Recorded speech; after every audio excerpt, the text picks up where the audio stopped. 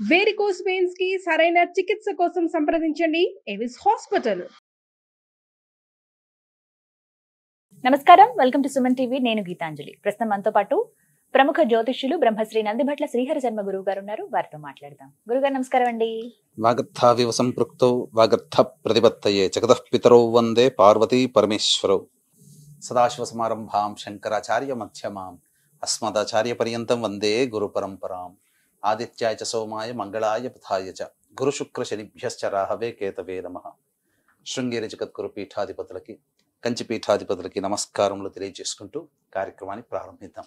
గురుగారు, కార్తీక మాసం ప్రతిరోజు విశేషమే. ఇందులో భాగంగా ఎలా పూజ చేసుకోవాలి ఏంటి అనేది మీ మాటలలో తెలుసుకున్నాను నేను. ప్రత్యేకించి కార్తీక పౌర్ణమికి అసలు ఎలా చేసుకోవాలి, ఒత్తులు ఎన్ని వెలిగించాలి, ఇవన్నీ చెప్పారు.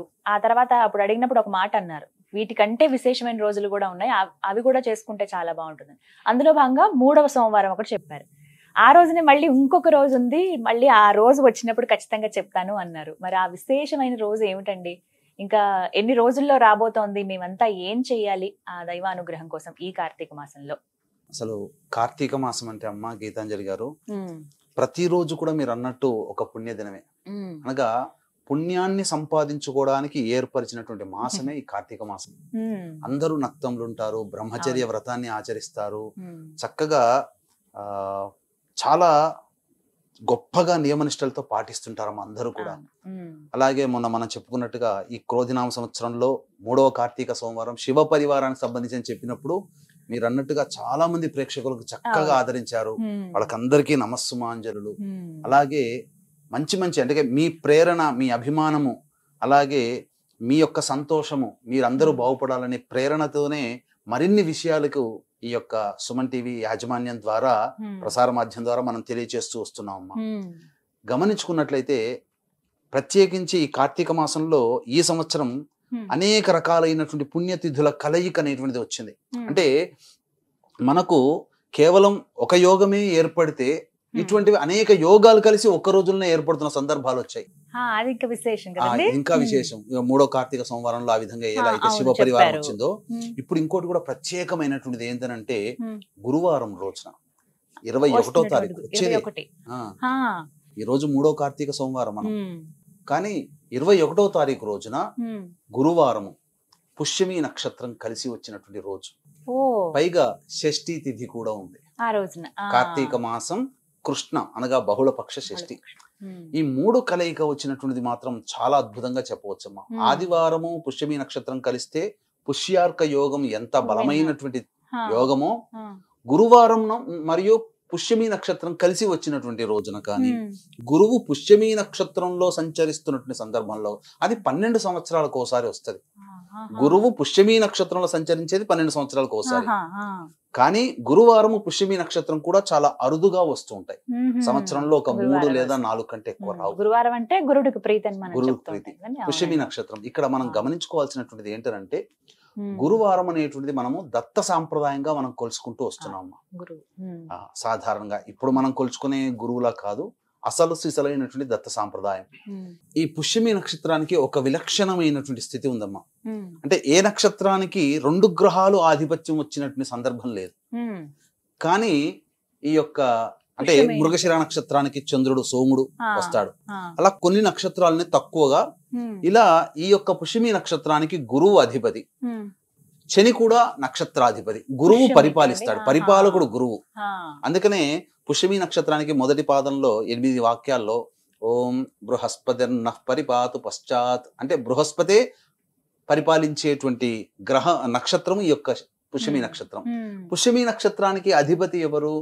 మళ్ళీ శని భగవానుడు. ఇది ఈ పుష్యమి నక్షత్రం అనేటువంటిది అనురాధ కానీ పుష్యమి కానీ ఇవన్నీ కూడా ఏంటంటే దేవగణానికి సంబంధించినటువంటి నక్షత్రాలు.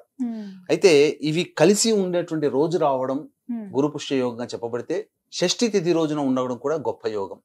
కాబట్టి ఈ యొక్క ఈ గురువారము పుష్యమి నక్షత్రం ఉన్నటువంటి రోజున కొన్ని నియమాలు గనక మానవుడు కొన్ని సమస్యలకి, అనగా విద్య కావచ్చు, వివాహం కావచ్చు, ఉద్యోగం కావచ్చు, దాంపత్యం కావచ్చు, సంతానం కావచ్చు, అలాగే అనారోగ్య సమస్యలు కావచ్చు, ఇంకా చెప్పాలి అని అంటే ప్రధానంగా ధనపరమైనటువంటి సమస్యలతో బాధపడేటువంటి వాళ్ళు కావచ్చు, ఈ చెప్పబడినటువంటి సమయాల్లో ఒక్కొక్క సమస్యకి మనం చెప్పుకుందాం. ఒక్కొక్క తప్పకుండా. హోరోలో గనక వీరు అభిషేకం గనక చేసుకుంటే ఆ గ్రహ ప్రభావం చేత వాళ్ళ సమస్యల నుంచి బయటపడడానికి ఒక మార్గం అనేటువంటిది కలుగుతుంది.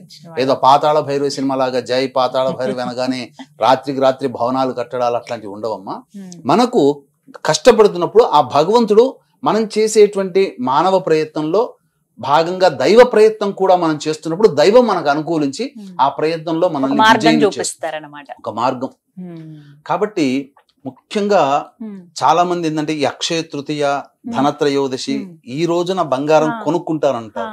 కానీ అసలు కొనుక్కోవాల్సినటువంటి రోజు, బంగారం కొనవలసినటువంటి సమయం ఈ గురుపుష్య యోగంలో ఉన్నప్పుడు బంగారం కొనుక్కోవాలి. గురుపుష్య యోగం ఉండి గురుహోరలో గనక బంగారం కొనుక్కున్నట్లయితే అది చాలా విశేషం. టైం ఎప్పుడు అంటే మనకు గురువారం పొద్దున 6:15 నుంచి 7:15 వరకు ఉంటుంది. కానీ ఆ సమయానికి ఎవరు షాపులు తెరవరు కాబట్టి 1:15 నుంచి 2:15 వరకు మళ్ళీ గురుహోర ఉంటుంది, మధ్యాహ్నం. ఆ సమయంలో గనక బంగారం కొనుక్కుంటే మళ్ళీ దానికి 10 బంగారం కొనగలిగే శక్తి, స్థాయి మనకు కలుగుతుంది. ఇది ఒక మాట అడుగుతాను, చెప్పండి. బంగారం అంటే వినడానికి బాగుంటుంది, కొనుక్కోవాలని కోరుకుంటుంది, కానీ కొనే స్థోమత లేని వాళ్ళు చాలా మంది ఉంటారు. చిన్నగా కాదండి, ఎంత రేటు తగ్గినా గానీ ఆ రేట్ ఏమి 10,000 20,000 అవ్వలేదు. జస్ట్ ఒక 4-5 వేలు తగ్గింది, 70,000లోనే ఉంది. వాస్తవం, మీరన్నమాట అక్షర సత్యం అమ్మా. ఈ రోజున బంగారం కొనే శక్తి ఎవరికీ లేదు. కాబట్టి ఏం చేయాలి? బంగారానికి చాలా ప్రత్యామ్నాయాలు ఉన్నాయి. ఆ సమయంలో జనరల్ స్టోర్ కి వెళ్ళి 1:15 నుంచి 2:15 మధ్యలో పసుపు పొట్లం కొనుక్కోండి. చక్కటైనటువంటి పసుపుని కొనుక్కోండి. పసుపు కూడా గురువు సంకేతమే. తర్వాత ఇంకా విశేషంగా ఏంటంటే జమ్మి చెట్టు దగ్గరికి వెళ్ళి ఒక జమ్మి కాండము తెచ్చుకొని వచ్చి, ముళ్ళులతో ఉన్నటువంటి జమ్మి కాండము తెచ్చి దానికి పూజ చేసి ద్వారానికి కడితే ఆ గురుహోరలో ఎటువంటి భూత ప్రేత పిశాచములున్నా తొలగిపోతాయి. అందులో ఏమాత్రం ప్రత్యామ్నాయంగా చేసుకోవచ్చు. జమ్మి ఆకులని చక్కగా పూజా మందిరంలో కానీ, లేకపోతే మన ధనాగారం అనగా డ్రాయర్ బాక్స్ లో ఎక్కడైనా కానీ పెట్టుకొని బీరువాలో పెట్టుకున్నా కానీ ఆ సమయానికి ధనము చేకూరుతుంది. ఇది కాబట్టి ముఖ్యంగా ఈ రకమైనటువంటి శక్తి ఉన్న వాళ్ళు కొనుక్కోండి, లేని వాళ్ళు పసుపు కొనుక్కోవచ్చు. పసుపు కొనేంత శక్తి అందరికీ ఉంటుంది కదా. కనీసం ఒక 100 గ్రాములు పసుపు స్వచ్ఛందంగా ఉపయోగపడేది. కాబట్టి పసుపు ఇంటికి తెచ్చుకున్నా లేదా జమ్మి ఆకులు ఇంటికి తెచ్చుకున్నా అది గురువుతో సమానమే. కాబట్టి ఆ విధంగా చేయవచ్చు. ఆ గురుహోరలో అనాథాశ్రమంలో అనగా 1:15 నుంచి 2:15 మధ్య కాలంలో ఈ గురుహోర ఉంటుంది. ఆ గురుహోరలో చక్కగా అనాథాశ్రమంలో కానీ, పెద్దలకి కానీ, వాళ్ళకి వస్త్రములు కానీ, పండ్లు కానీ ఇతరత్ర వృద్ధాశ్రమంలో పంచండి. అసలు మీకు అనంతమైనటువంటి గురుబలం పెరుగుతుంది. ఇంకా సమస్యలు ఉన్నాయి. ఈ సమస్యలు ఉన్న వాళ్ళు కూడా ఇప్పుడు చెప్పబడింది విద్య, వివాహ, ఉద్యోగ, దాంపత్య, సంతాన, అనారోగ్య సమస్యలకి కొన్ని హోరలు అంటూ ఉన్నాయి. ఉదయం సూర్యోదయం నుంచి మొదలుకొని ఆ హోరల్లో గనక ఇప్పుడు మనం చెప్పుకోబోయేటువంటి వివిధ ద్రవ్యాలతో గనక అభిషేకం చేసుకుంటే వాళ్ళ సంకల్పము ఈ గురుపుష్య యోగంలో ఉండగా చేసుకున్నందువల్ల త్వరితగతిన వాళ్ళకి ఆ సంకల్పం నెరవేరుతుంది. ఇక వీక్షించేటువంటి ప్రేక్షకులకి గమనిక, ఈ తండ్రి వైపు 6 తరాలు, తల్లి వైపు 3 తరాలలో గనక ఏవైనా దుర్మరణాలు గనక ఉన్నట్లయితే అది పితృదోషంగా చెప్పబడుతుంది. ఈ పితృదోషం వల్ల మానవులకి ఎటువంటి అభివృద్ధి ఉండదు, సంతానం కలగదు, వివాహాలు కావు, అలాగే జీవితంలో పైకి ఎదగలేకపోవడం అనేటువంటి బాధలు కూడా కలుగుతుంటాయి. అనేక రకమైనటువంటి ఇబ్బందులకి కారణాలు తెలియకుండా ఉంటుంటాయి. ఎంత ప్రయత్నం చేసినా విజయాన్ని పొందలేరు. అటువంటి వాళ్ళ కోసమే ఈ నెల 25వ తారీఖు రోజున 4వ కార్తీక సోమవారం సందర్భంగా గోకర్ణ క్షేత్రంలో పితృదోష నివారణ కార్యక్రమాలు అనేటువంటివి చేయించడం జరుగుతుంది. అవకాశం ఉన్న వాళ్ళు కార్యక్రమ తదనంతరం కాంటాక్ట్ చేసి పూర్తి వివరాలు తెలుసుకోవచ్చు. ఇక ఎటువంటి హోరల్లో గనక చేసుకోవాలి? ముఖ్యంగా బ్రహ్మ ముహూర్తం లేచి చక్కగా ఈ శివారాధన చేసుకోవాలమ్మా. ముఖ్యంగా ధనము కావాలనుకునేటువంటి వ్యక్తి కానీ, విద్య కావాలనుకునేటువంటి వ్యక్తి కానీ చక్కగా 6:15 నుంచి 7:15 మధ్య కాలంలో గురుహోర ఉంటుంది. ఆ సమయంలో పంచామృతాలతో అభిషేకం చేసి చక్కగా బిల్వదళములతో కానీ, పారిజాత పుష్పములతో కానీ అర్చన గనక చేసిన వ్యక్తికి ఆ గంట సమయంలో తప్పకుండా ధనం సమకూరుతుంది. అలాగే విద్య కూడా బాగా వస్తుంది. ఇంట్లోనే చేసుకోవచ్చు, దేవాలయంలోనైనా చేసుకోవచ్చు. ఇక మళ్ళీ గురుహోర అనగా ఈ యొక్క సంబంధించినటువంటి 7 నుంచి 8 మధ్య కాలంలో కుజహోర ఉంటుంది.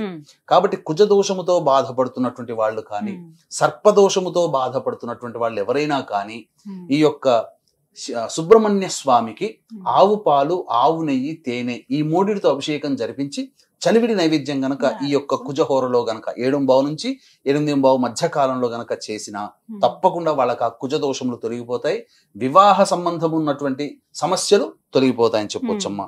ఇక ఉద్యోగముతో బాధపడేటువంటి వ్యక్తులు ఎవరైనప్పటికీ కూడా 8 నుంచి 9 మధ్య కాలంలో చెరుకు రసముతో కానీ, చెరుకు రసం దొరకకపోతే బెల్లముని కలిపితే బెల్లం నీరు, ఆ బెల్లం నీటితో శివుడికి అభిషేకం జరిపించి చక్కగా ఈ సంబంధించినటువంటి నందివర్ధనం పూలతో గనక అర్చన చేసినట్లయితే తప్పకుండా వాళ్ళకి ఉద్యోగం లభించి తీరుతుంది. ఇక 9 నుంచి 10 శుక్రహోర ఉంటుందమ్మా. ఈ శుక్రహోరలో దాంపత్య సమస్యలతో బాధపడుతున్నటువంటి వాళ్ళు కానీ, వివాహ సమస్యలతో బాధపడుతున్నటువంటి వాళ్ళు కానీ ఏం చెయ్యాలి అని అంటే, ఈ పటిక బెల్లం, మిశ్రి, నవ్వోద్గడ్డ అంటారు కదమ్మా, ఆ పటిక బెల్లాన్ని దంచి ఆ పొడిని నీటిలో వేసి ఆ నీటితో ఈశ్వరుడికి అభిషేకం జరిపించి గన్నేరు పూలతో గనక అర్చన చేస్తే తప్పకుండా వివాహ సమస్యలు తొలగిపోతాయి, దాంపత్య సమస్యలు తొలగిపోతాయి, వివాహం నిశ్చయం అవుతుంది. ఇక వ్యాపారాభివృద్ధి కావాలి అనుకునేటువంటి వాళ్ళు చక్కగా తేనెతో ఈశ్వరుడికి అభిషేకం ఈ 7, 8, 9, 10 నుంచి 11 మధ్య కాలంలో ఈ యొక్క తేనెతో అభిషేకం చేసుకుంటే చాలా మంచిది. మారేడు దళాలతో అర్చన చేయాలి. ఇక 11 నుంచి 12 వరకు చంద్రహోర. వివిధ రకాలుగా ప్రజా సంబంధమైనటువంటి వృత్తిలో, వ్యాపారంలో ఉన్న వాళ్ళు పంచామృతాలతో కానీ, ఆవు పాలతో కానీ అభిషేకం చేయాలి 11.